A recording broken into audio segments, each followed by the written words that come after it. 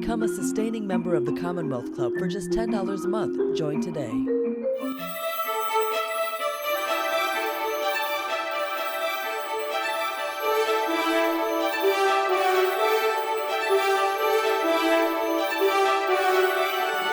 Hello, and good morning to those of you on the West Coast. Good afternoon to those of you, like me, on the East Coast. My name is Ray Suarez. I'm host of Public Radio's World Affairs, and I'm pleased to be the moderator for today's Commonwealth Club program focused on America's rural opportunity. Welcome to all Commonwealth Club members and to the general public. Today's topic, America's rural opportunity, is a critically important one. As America has learned over the past several years, what happens in rural America can have a deep impact on the country, economically, socially, politically. And this is a unique time for this issue. Politicians on all sides of the aisle are focused on this topic and on the pandemic. With the movement of professionals away from cities, when new federal funding gives us perhaps a once-in-a-generation opportunity to promote economic development in rural areas and help close some of the divides that exist geographically in our country. But what do we need to understand about rural America and this moment to get these efforts right? I'm pleased to be joined by three people who can help us understand these issues and these questions. First, let me welcome Congressman Ro Khanna from California. He represents many of the communities around Silicon Valley, but is deeply committed to rural economic development.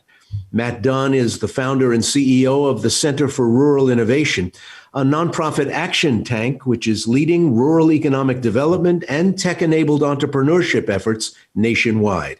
And Katie Knight, the president and executive director of the Siegel Family Endowment, a New York City-based foundation focused on understanding and shaping the impact of technology on society. One quick important housekeeping tip before we get started with today's discussion. If you have a question for any of our speakers or for me, please use the YouTube chat feature. Questions asked there will be submitted to me throughout the program, and I'll try to get to as many of them as I can during our program. All right, let's begin. Congressman Khanna, why does someone who represents Silicon Valley, well, if I think about many of the towns in your district, formerly rural America, care so much about this issue? Why is economic development for rural areas so important now? And what has Congress done recently to focus on rural economic development? I appreciate, Ray, the invitation. It's great to be on the panel with Katie and Matt.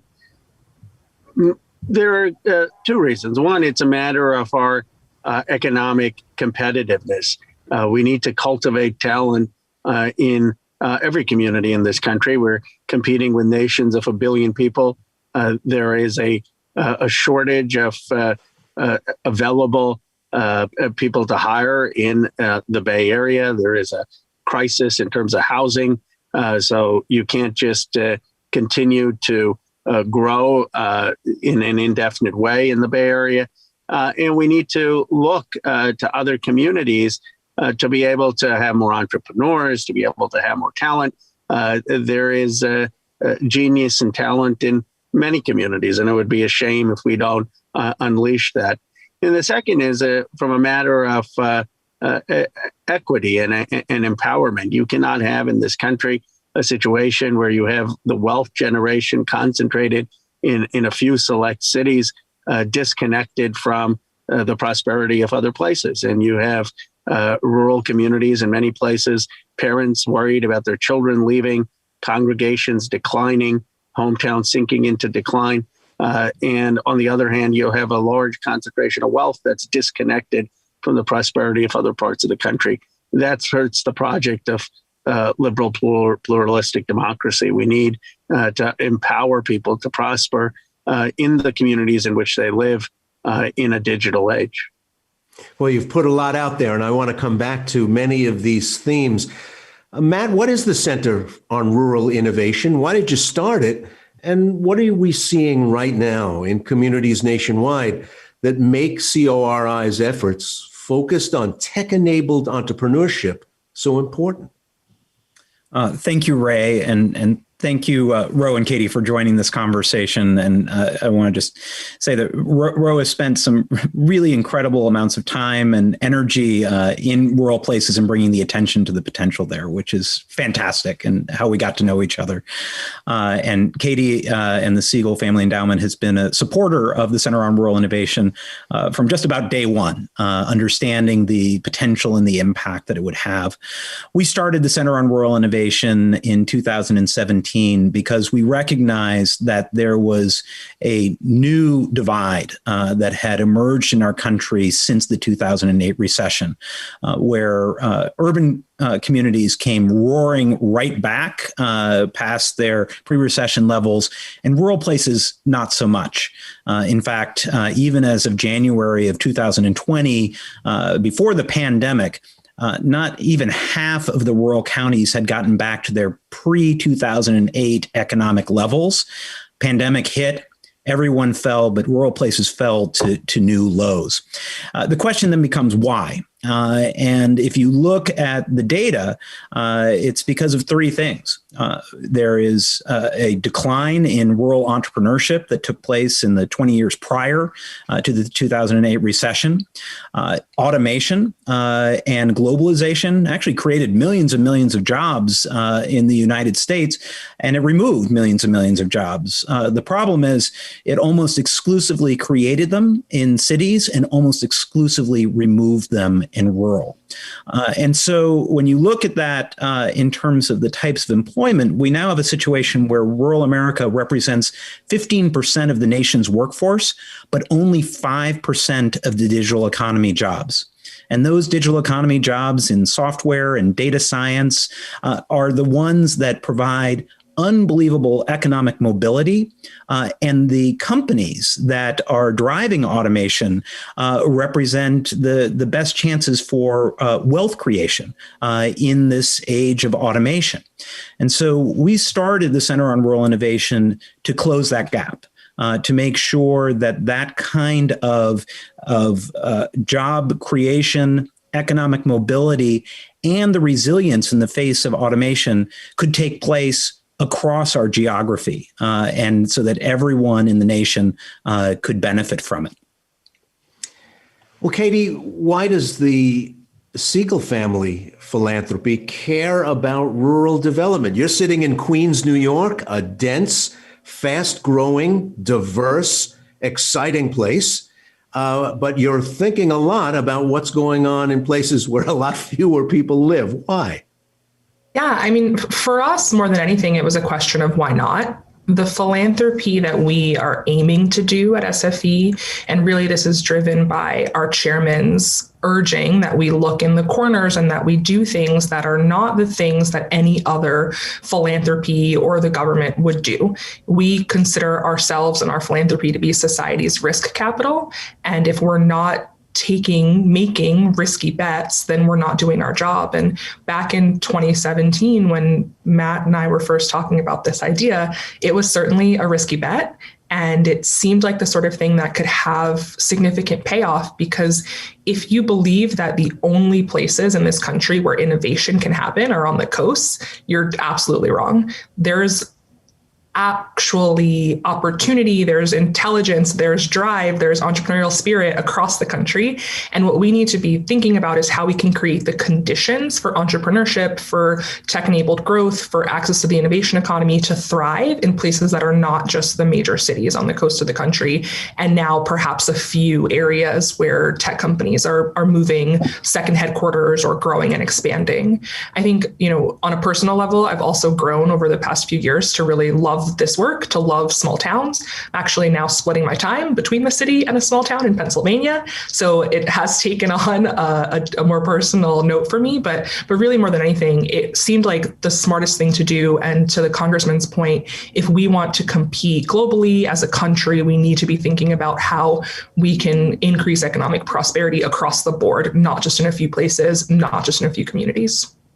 But hasn't the spirit of the age really been pushing in the opposite direction, to go where There are concentrations of people ready to come together and do this work, that you don't have to go looking for them, that you don't have to subsidize this kind of activity, but to plant seeds in places where things are already going, and a lot of things are already pretty fertile. Katie? Yeah, I mean, a crowded garden will have plants that are being choked off. So we definitely want to increase the areas that we're seeding. I think my mom, who may be watching, will appreciate that metaphor since we garden together. But more than anything, the pandemic has certainly brought to light that you can work remotely successfully, that we can collaborate and communicate across time zones, across geographic divide. And so if we have, through technology, the power to expand opportunity, why wouldn't we? Why shouldn't we? Right? We can definitely think differently about where you need to be to create a successful company or to participate in business growth. And something that I've learned through our work with Corey and that Matt and I have talked about a lot is that not all new companies need to be focused on the next, Uber for whatever, or the next platform that you would traditionally think of as a tech company. There are so many things happening, whether that's in ag or otherwise, where technology can be a force multiplier, and you need smart people who work in those industries already to have access to the opportunity to create and invent new ways to grow those industries, to create new industries, and to do more than what they're able to do right now. And so by bringing tech into other industries, we're also going to improve economic opportunity across the board. Congressman, if I came to your district and said I wanted to break ground on a new farm for plums and almonds, people might look at me like I was nuts, even though that was a cornerstone of the economy in your part of the world for a long time. Valley of the Heart's Delight. Yeah, well, why do we have to be mindful, almost design these solutions? Getting out of almonds and plums happened organically and in response to specific economic forces. Why do we have to be thinking this way about rural areas? Well, I think, Ray, Katie is absolutely right that no one is saying that we want every part of the country to become Silicon Valley. It'd be a very boring world, a very boring nation if everyone is programming for Facebook and Google.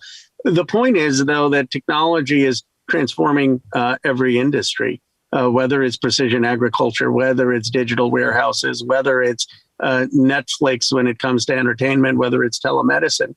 And the people in the rural communities know this the best. They understand the transformation.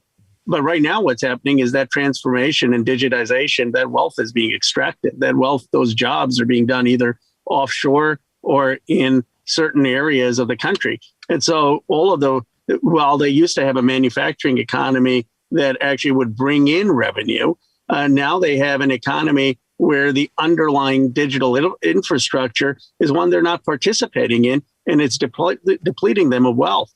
So what we have to figure out is how do we empower them to be part of a digital infrastructure, which is going to exist. That's a reality, so that they can be creating wealth and so that they're putting tech in service of their local industry.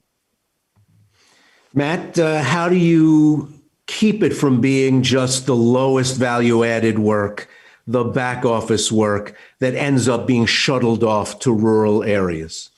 No, it's a great question. The other piece that I just want to talk about is the biggest surprise we had in doing this work was the need to do narrative shift. Because what you opened up with the question about was this conventional wisdom that has grown really only recently, that the only place you can do innovation and groundbreaking work is in places with massive concentrations of people. If you look at the history of the last 100 years, rural places were fonts of innovations, usually because they had to solve a problem on the farm and they didn't have anyone else to turn to, so they did. And then it turned out that the thing that they created to deal with something on the farm turned into a good part for a washing machine, right? And suddenly you had Maytag growing up in the middle of rural Iowa. So there is a recent narrative, especially around the technology of our time and automation of our time, that somehow it could only happen in urban places, and it's just not true. And I had the good fortune to grow up in rural Vermont, which was machine tool and dairy before those industries began to decline. And I got an early job at 25 with a technology company that was based in Wilder, Vermont, and we grew it to 120 employees and served commercial printers all over the world. So that seemed like a natural thing. And what we really are spending a fair bit of time is telling stories, is making sure that people know that rural America has that capacity, has that ingenuity, that they have startups that are actually doing pretty well, and that it can happen there. And that narrative shift is important both for us as a nation and for investors and policymakers and the like, but also for folks in rural communities who have just been told now for 2 decades, oh, you can't do that there. If you have student debt that's crushing on you, you have to move to a city to get out of it, even though all of the extra money you'd be making would go into housing costs, right? So we spend a lot of time just sharing these unbelievable stories of communities in Cape Girardeau, Missouri, or Marquette, Michigan, or Pine Bluff, Arkansas, where folks are making this happen. And that's super important. And it's why the work that Roe's done when he's gone out on the road, and why Katie and the Siegel Family Endowment that supported some of that narrative shift work has been so critical. But your other question is, how do we make sure that it's not just the next level of outsourced jobs or extractive jobs in rural places. And that's why we focus on certainly job training for these kinds of digital economy jobs in our 20 network communities, but also on entrepreneurship, so that there is actually the ability to create new solutions to marketplace problems. And those, range from using AI to detect suicide in large institutions, to a person who worked in auto service industry, right? As a mechanic, decided that the way that people deal with folks who are signing up for a car repair is crazy and painful, and partnered with a technologist to solve that. And he's building out that company in Wilson, North Carolina. And by doing that, you are both helping to make sure that companies that may be large national companies based in the congressman's district could find talent in, pods, working out of co-work spaces in the places where they actually want to live, but so that we also have some ownership of production in rural America, where people are able to unlock their ideas and create companies and the wealth that goes along with that ingenuity. Because in the age of the internet, there should be no limit to where digital economy jobs and scalable tech entrepreneurship can take place. Well, I'm glad you brought up narrative shift, because you have to move a lot of things to shift the narrative, not just a Sunday weekend piece in the New York Times, but a whole ecosystem of other players, investors, educational institutions, a lot of assumptions that end up having a sort of inertia that has to be pulled forward. How do you do that? It's a big job and a long one, I assume. It is. And we fortunately have some friends along the way. But what we have found is that it's important to actually create opportunities for resources to go to these communities to stand up accelerators in places like Platteville, Wisconsin, and Taos, New Mexico, to make sure that those then entrepreneurs are connected to resources in this moment where people don't think to look there. We actually stood up our own seed investment fund because we were trying to convince, investors to come and put resources behind these really great companies. And they were like, well, I don't know. Is that really a thing? But enough of them said, look, if you want to do the work of seeking them out, we'll be investors in your fund. And we now have 6 companies already in this portfolio that anyone would want in any seed investment fund. So we're changing the narrative by empowering communities to just go and do it with resources, with capacity building efforts. And then we're, as I said, spending a lot of time helping to get that word out. Well, I think Matt's doing extraordinary work. And Katie, I appreciate all of the foundation support for it. I mean, I think that this has to be done as Matt's doing and the organization is doing, empowering rural communities and recognizing the uniqueness. You can't have Washington or Silicon Valley say we're going to plop up an accelerator here, or we're going to tell you how to become digitally proficient. What you need is the community itself, partnering with the school districts, with the community colleges, with the local elected officials, coming up with a plan, understanding that there is a tech multiplier and that there needs to be a new economy. And what I found is these communities want this for themselves. What's elitist is not to say, let's have tech enabled jobs. What's elitist is to make an assumption that somehow rural communities only want you to talk about farming in a traditional sense and agriculture and construction in a traditional sense. They get what's going on. They understand the new economy. They want to be part of the production and the modern day wealth generation. And for so long, we've written huge segments of this country off, and that has been evidenced in our politics. And the biggest conceit has been go move. I started out a lot of my conversations in Silicon Valley with saying, how many of you want to move to Paintsville, Kentucky? And very few hands go up. And then I said, well, why do you think they want to move anywhere here?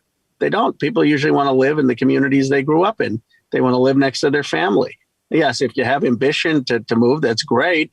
And you can, but no one should be forced to move because their hometown is sinking into decline. Congressman, this sounds like one of those issues that's tailor-made for building cross-party consensus because of the peculiarities of where districts are and who comes from what district. You should be able to find a lot of partners in this argument. Is it easy? We have. I do want to add one layer of important complexity to this, is that we have to talk about race and gender at the same time. I mean, we can't have a conception that that rural communities and have first of all, rural communities can also be rural Black communities, rural Latino communities. But the point is that there are a lot of Black and brown communities that have also been left out of the innovation economy. And as the racial wealth gap has increased in this country, think about that. We ended Jim Crow and the racial wealth gap is higher today than it was in the 1980s. You're never going to solve that if Airbnb has no Black or Latino entrepreneurs or part of the wealth that's being generated. And the reason I say that is it's too often, sometimes it defaults to this idea of white working class towns that have been left out. And I think that has raised it into the political consciousness. But a lot of Black and brown communities have been left out too, and have been left out for many, many years, many decades. And they have to be an important part of the coalition. And that coalition exists in Congress. You have someone like Jim Clyburn, who's the leading champion in making sure that communities are empowered to be part of the digital economy. And you have someone like Hal Rogers, who represents Paintsville, Kentucky, a Republican, who talks about it being Silicon Holler and understands the value of that for his community. So obviously politics often gets in the way, but substantively, this is an area where you can have a broad coalition. Katie, what's the role for philanthropy world in all of this? Yeah, I think there are several ways in which we can help drive this forward. The most obvious is that we're funding sort of innovative operations like Corey to look at this work and not to look at it in a vacuum with just, even though Matt, I think you're great, it's not just Matt alone thinking up ideas, right? It is a network of communities that are thinking up the ideas for themselves and getting the support and scaffolding that they need through Corey. And that is one piece that is easy for us to jump in and provide funding for that. I think as any philanthropy wants to do, we also want to provide intellectual resources, connections, access to other capital. So as we can, we try to make that happen to facilitate that. And I think I've also tried to play my own part in participating in the narrative shift that we're trying to drive, because other philanthropists and other folks who want to listen to those in philanthropy will hear it better from others in the field. So I have been beating the drum about rural opportunity as often as I can, and especially to the point that we were just talking about, that, you know, there's opportunity to promote equity, gender equity and racial equity in rural America just as much as there is anywhere else. That it is not, you could not possibly have areas comprised solely of white men, though the prevailing narrative would have you believe that all of rural America is just white men. And that is not true. And I've met brilliant people of color and brilliant women and brilliant men who are working on these issues across the country, and really think that there's an opportunity for us to shift the picture that people have in their minds of what rural America is. And again, to come back to, you know, what does national prosperity look like? It looks like people from everywhere, whether that's geographically or from any background, having the chance to thrive in the economy that we're building. I want to remind you to add your own questions at the YouTube channel, and they'll make their way to me. For Matt Dunn, one listener asks, what are the challenges in building out rural broadband infrastructure? And especially, what institutional barriers, cultural, legal, policy, whatever, are most limiting? So we're in an interesting moment in our country on the policy front with broadband. And the congressman mentioned Congressman Clyburn, and he has been a stalwart supporter of making sure that broadband is the equivalent of rural electrification just for our century, because it really has gone from being a nice to have to critical. And the pandemic really laid bare what happens when you have a divide, what that means for people's ability to make a living, for their children to get education, and for their parents or grandparents to be able to get healthcare without having to expose themselves at a health institution to the virus. So we're at this moment where people get it and want to make it happen, and we're seeing an interesting coalition come together around it. So resources are certainly an issue, especially when you get into rural places that, the marketplace just won't naturally bring high-speed internet. It was the same was true with electrification. And so with the Rural Electrification Act, there was funding, a lot of funding, but also creative enterprises to be able to deliver this, whether it was municipal electric companies, cooperative electric companies, all kinds of public-private efforts to be able to make sure that that could be done. Those same entities are on the forefront of closing the broadband gap. And they are really well poised, frequently, owning the poles and the bucket trucks to be able to attach world-class gigabit speed internet to people's homes, to allow them to skip like 4 generations and have future-proof broadband. Unfortunately, in a lot of states, for reasons that we could talk about, but they have actually prohibited municipal electric companies and cooperative electric companies and public-private partnerships in general.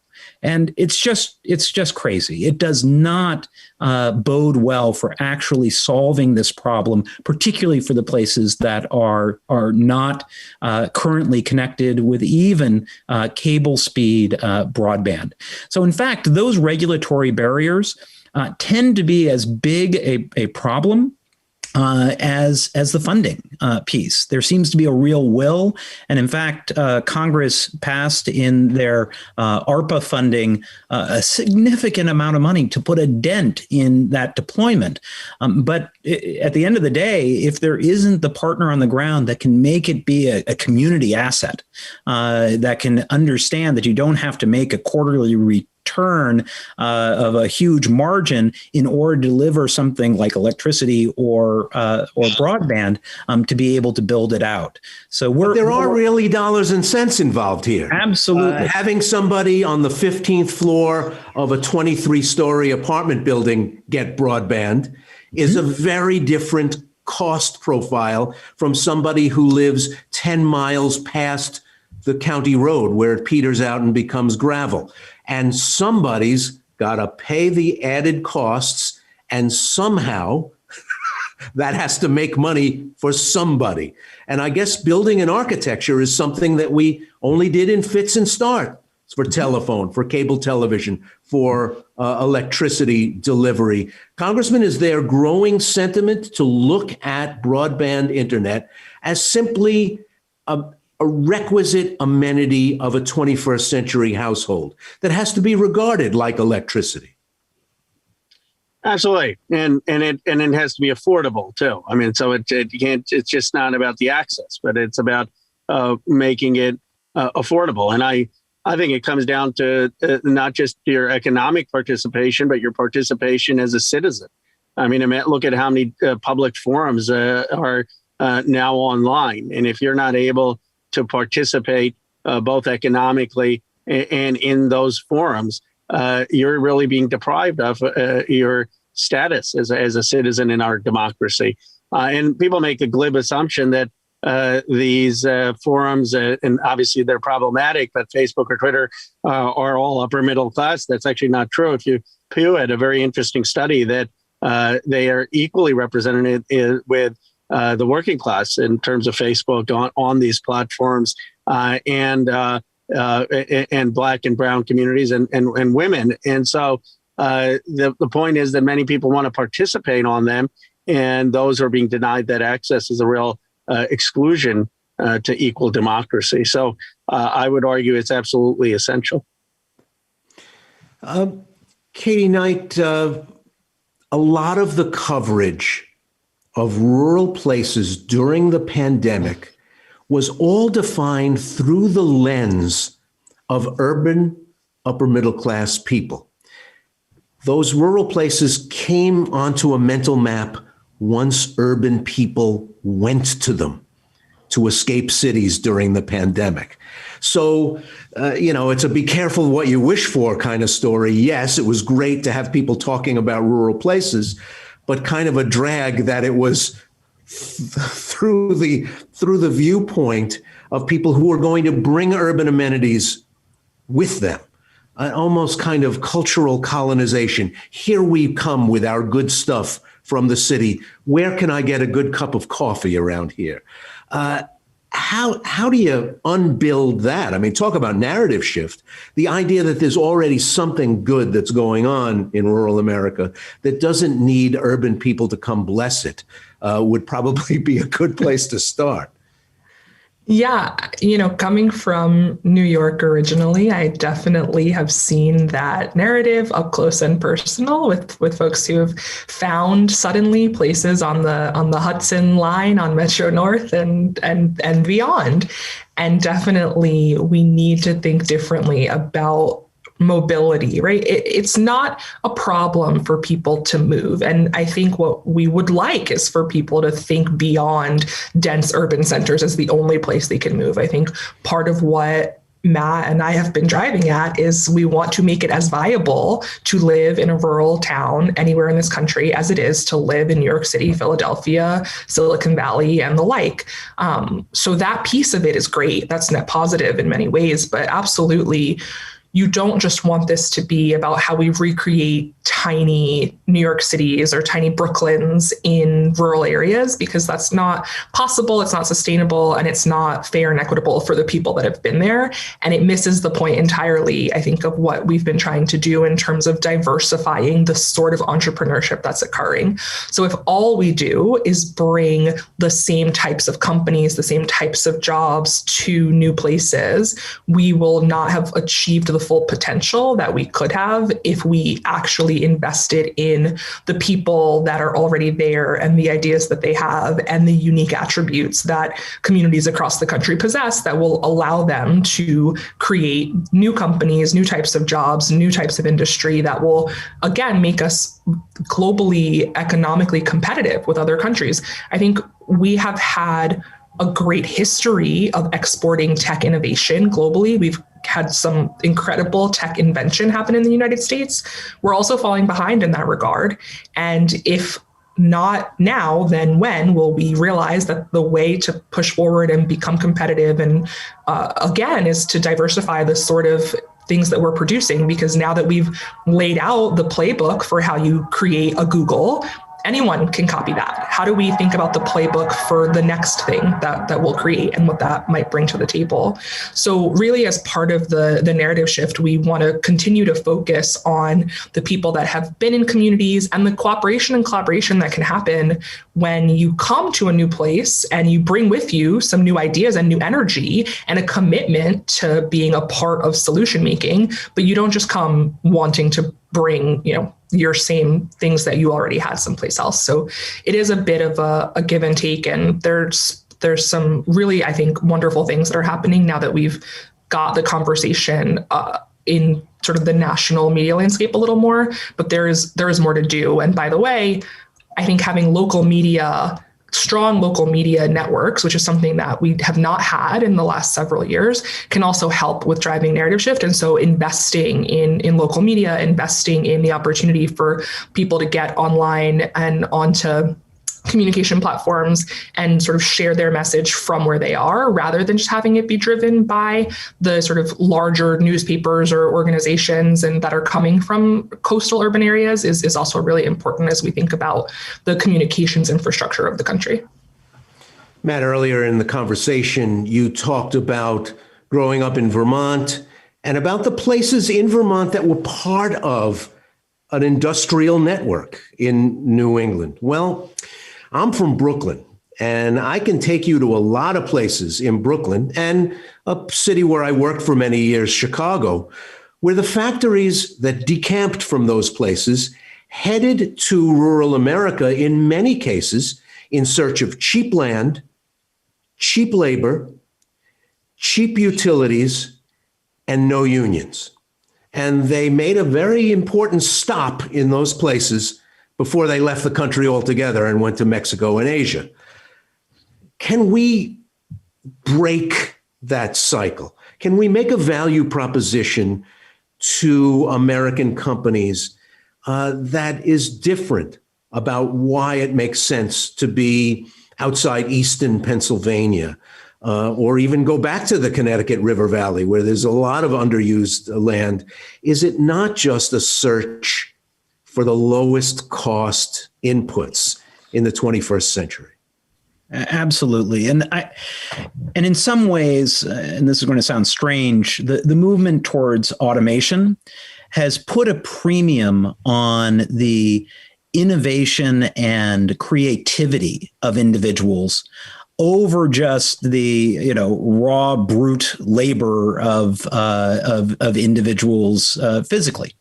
And I think in some ways, if we embrace that, that's super exciting. And I want to be clear that the ability to do innovation and be creative is in everybody, right? It is not just folks who, go off to Stanford or get a PhD from MIT that can do this. The number of organizations that in the last 10 years have shown that people with non-traditional educational pathways can actually go into these innovation types of jobs all the way through to full stack developers has proven that kind of ability to create ideas and to create solutions is available to everyone. And that includes folks in manufacturing.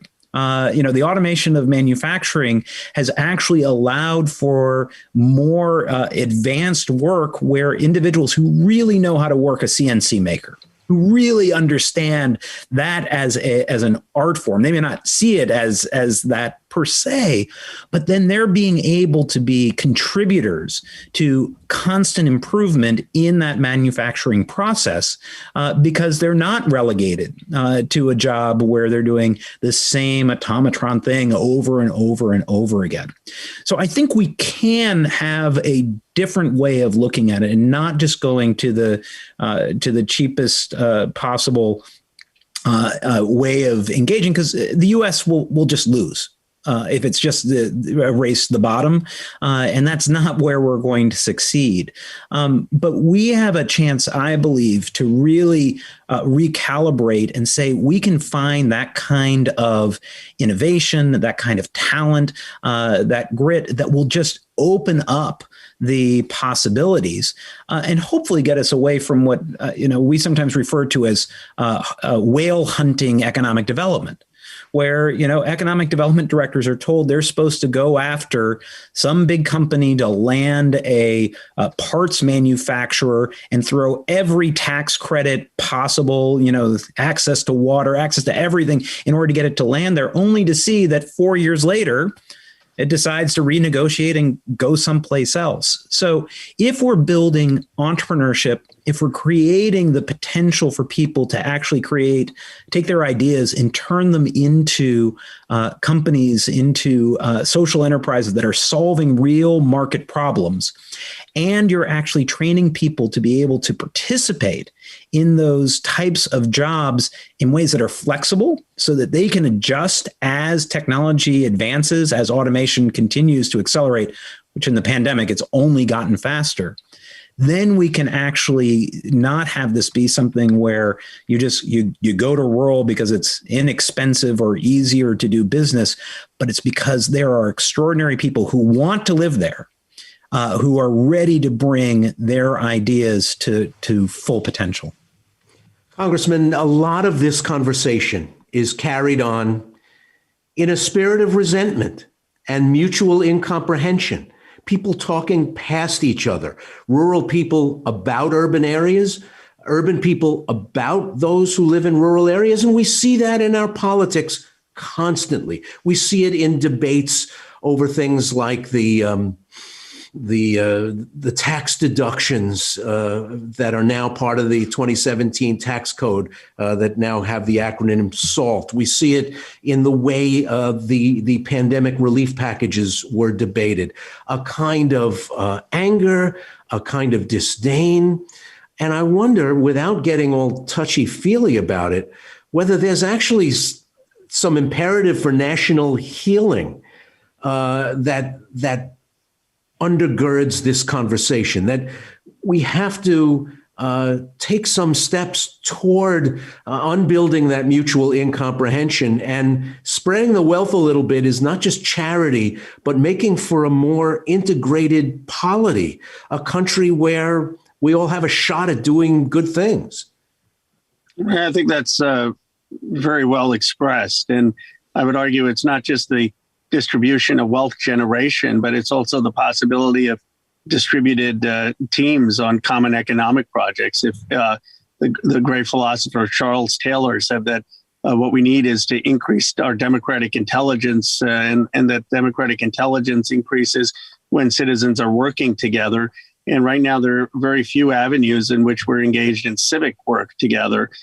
One possibility of a decentralized tech economy is you may have someone from Atlanta, from Silicon Valley, from Chicago, in a rural community, all on the same team doing a common project to see some of the stereotypes at least lessen, some sense of commonality, then may have a cultural multiplier effect, not just an economic multiplier effect for our democracy.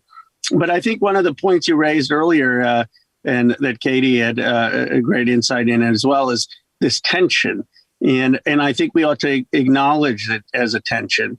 And that is that while communities welcome economic development and technology, they also don't want to lose their way of life. They don't want Starbucks on every street corner. And the reality is, I was reading somewhere that in Idaho, 60% of their migrants from the United States to Idaho are Californians. And I was on a call with the senator, and he didn't know. He's a decent person and a Republican. He said, "Oh, we don't want all those Californians coming." I don't think he knew I was on the call. But it turns out a lot of the Californians, they respect the Idahoans' way of life, and it's not like they're bringing their values there. They're open to listening and fitting in. But there is this tension. You can't expect that an economy will be able to embrace a digital component and not transform to some extent. On the other hand, they don't want to be overwhelmed and not recognize their way of life. And that tension that's playing out in communities is part of the tension that's playing out around the country. And how we adjust to that, I think, is a big challenge for a democracy. Matt, I see you nodding your head. What do you want to add? Well, I think Congressman is exactly right, and it's super interesting to see when new folks move to a rural place, getting used to that, getting used to differences in expectation, the fact that there's not always someone to do that thing for you, that everyone actually just sort of pitches in and gets it done. And it creates sort of a collective, which can be sometimes overwhelming. And in fact, you've seen stories about people who are like, I'm going to move to rural America. It's going to be perfect. And then it turns out it's a little different, in some cases very cold, or there isn't as many of the amenities around at a moment's notice. But as I think folks get more engaged, I think there's real opportunity for broader conversations, that people are really hungry at a local level to be able to be connected, to be able to bridge over what's happening in the national animus, and solve local things together. And this moment in time is when these kinds of things can happen, and it goes in both directions. I mean, you were talking about. It's interesting. A lot of the people who are moving to rural places are actually from rural places originally, and just haven't felt like they had any chance of being able to do it. I mean, I had, through dumb luck, the ability when Google recruited me to head up their community affairs program, to when they said, well, how soon can you move to Mountain View? I said, never. And eventually they caved. And so we opened a little office in White River Junction, Vermont. And I had the opportunity and the privilege to run a small, division at Google from an old bread factory building near the rail intersection at the border of Vermont, New Hampshire. And being able to work with a distributed team across the country. And so the chance for people to actually come home, to be in the place where they feel like they're their whole selves and their best selves, is super exciting. And we don't need all the people in the city to move to rural places, right? It's okay. But we just need to make sure that we're getting to a place where there's a really positive equilibrium, where you don't have the housing crisis and unbelievable costs in urban areas, and you have economic opportunity and the ability to be aspirational in rural. And that's what I think all of this conversation is about. Equilibrium is a good word. Mm-hmm. Yeah. Go ahead, Good Congressman. Well, I think equilibrium is a good way of describing it.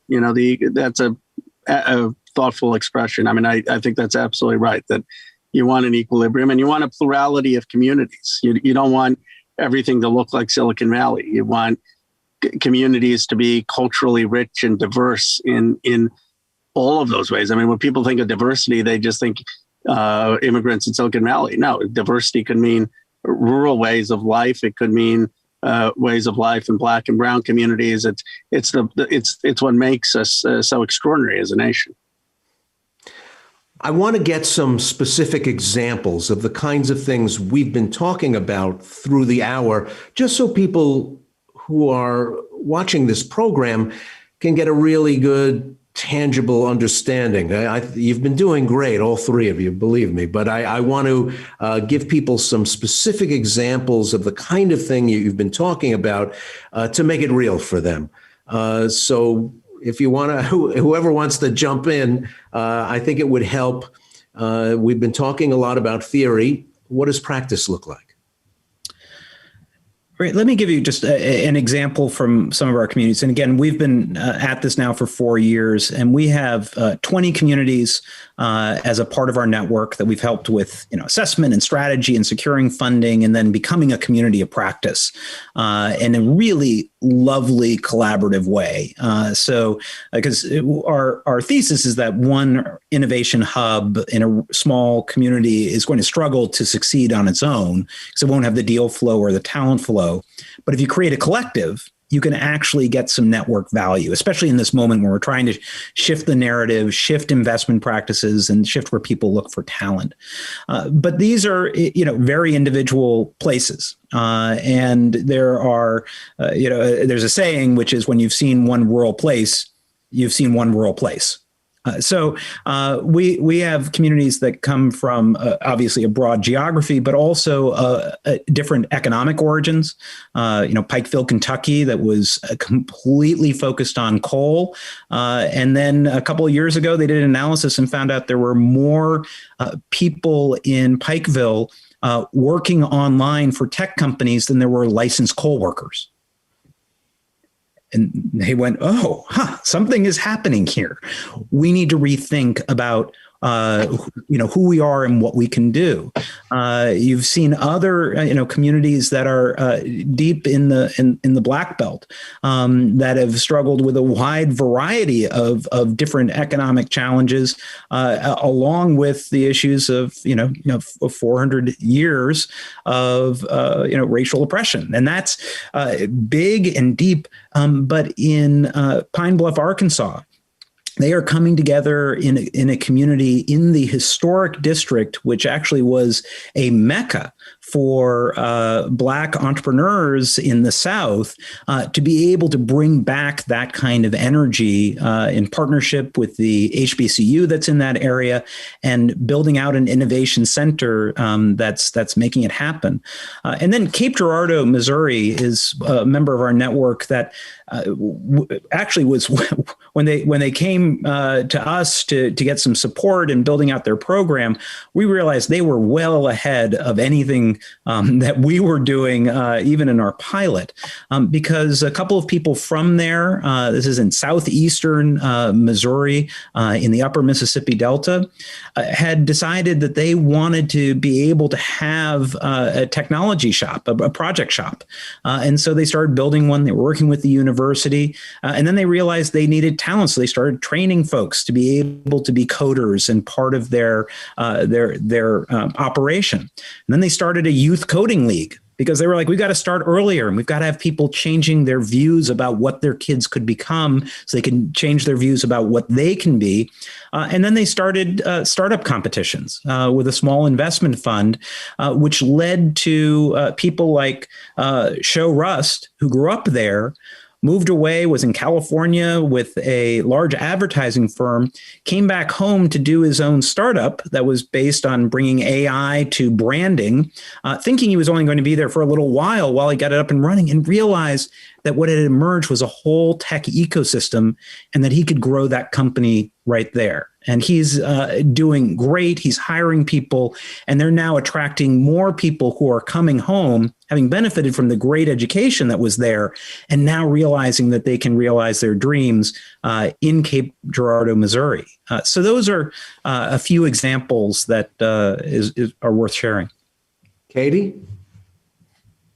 Yeah, I think in addition to all of the work that we've seen happening across the Corey network, there are interesting small pockets. There's an organization called Sprocket in Paducah, Kentucky, that has an incredible makerspace and is doing amazing work trying to push forward tech and innovation, sort of knowledge and learning there. And there are also other organizations besides Corey that are working with communities around the country. At Aspen, the Community Strategies Group is working nationally with rural areas on economic development and growth. There are other folks in philanthropy that are now looking at rural and hoping to make investments and make change that will have us sort of spreading wealth and opportunity across the area. But I think there's a lot more that could be done. And so we want to take some of these small examples and turn them into more of a norm and less of just bright lights. We love the bright lights, but really what we're looking for is for it to not be about just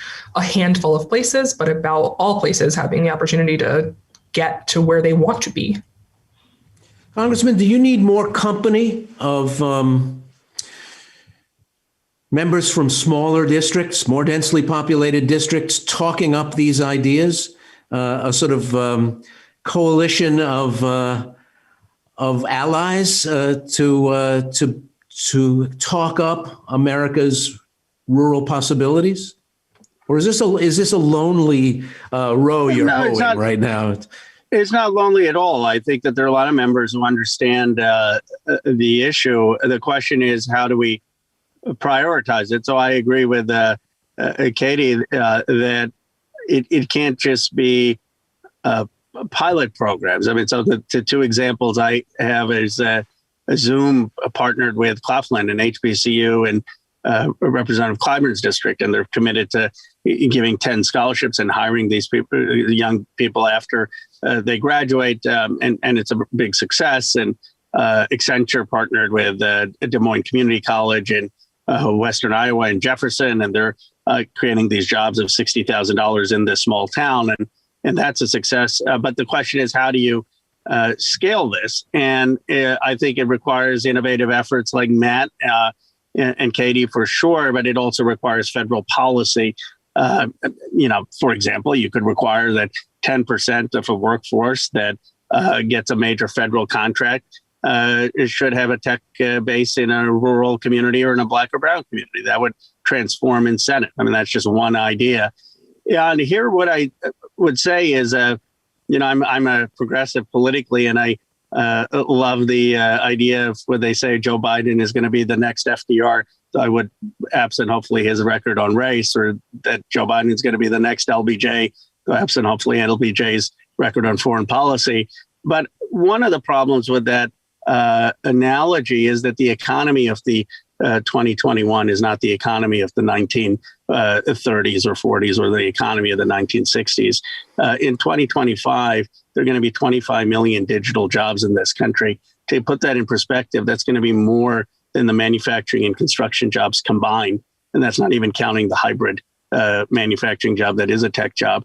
And if we're not thinking and legislating for those jobs that are careers, then we're doing a real disservice to communities and basically creating a model in this country where the wealth generation is going to be in districts like mine, and in a dystopian vision, fulfillment centers are going to be the jobs of places in other parts of the country.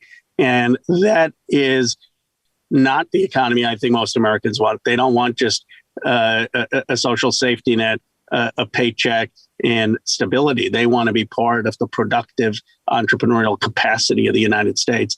You're not going to get there without rethinking the digital economy's distribution. Well, as we come toward the end of our time, I want to give everybody one last shot at this, one last shot at our nationwide audience to close the sale.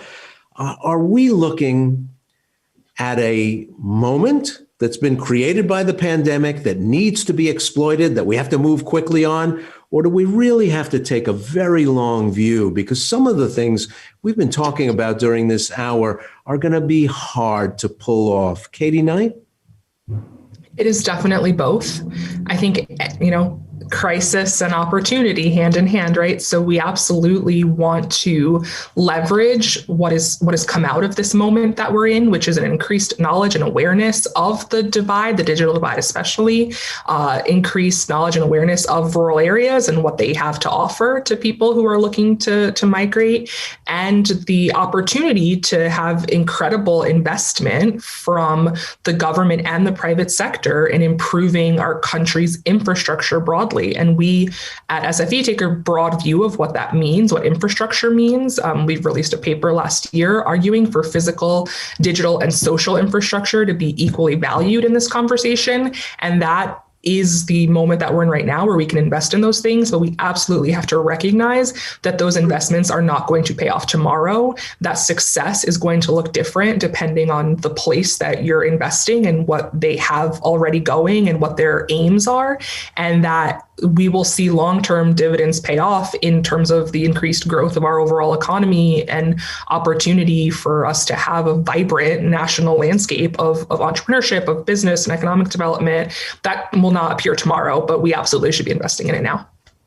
So, Matt Dunn, move fast and go slow at the same time? Well, I think Katie's absolutely right. I mean, we're feeling a real urgency of now, but the ultimate impact, if you're trying to see, what's the result next month, next year, it's going to take longer for that to actually have its implication. But we've got to get started. We both have this moment where people's aperture has been opened to rethinking where people can work, can innovate, can bring ideas to the table.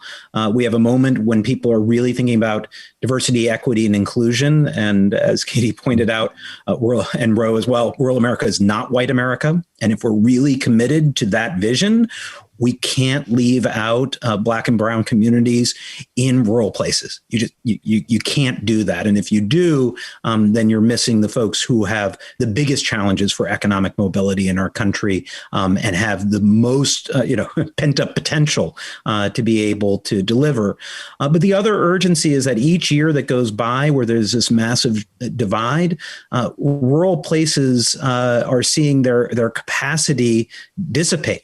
And it's so much harder to get started again when you've had to lay people off from, the Economic Development Office. So the prospects of applying for a federal grant becomes that more daunting and difficult, or you don't have the same number of students, and so you're having to lay off teachers, and you're seeing a vicious cycle within the community where people don't want to move there with their families because they're worried that the school is in decline.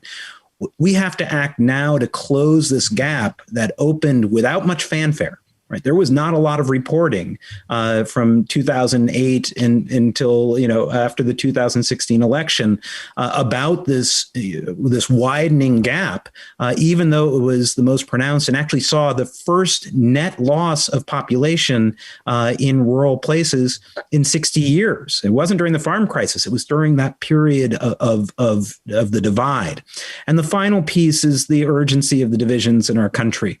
And this isn't about, a particular presidential election, but the divide is so large right now. And that is threatening our democracy and the ability to find common ground around things. And it would be a big error to not think that this difference in economic opportunity is not a driving force behind that threat to our common sense of democracy and moving forward as a country. Well, Congressman, you're going to take us out.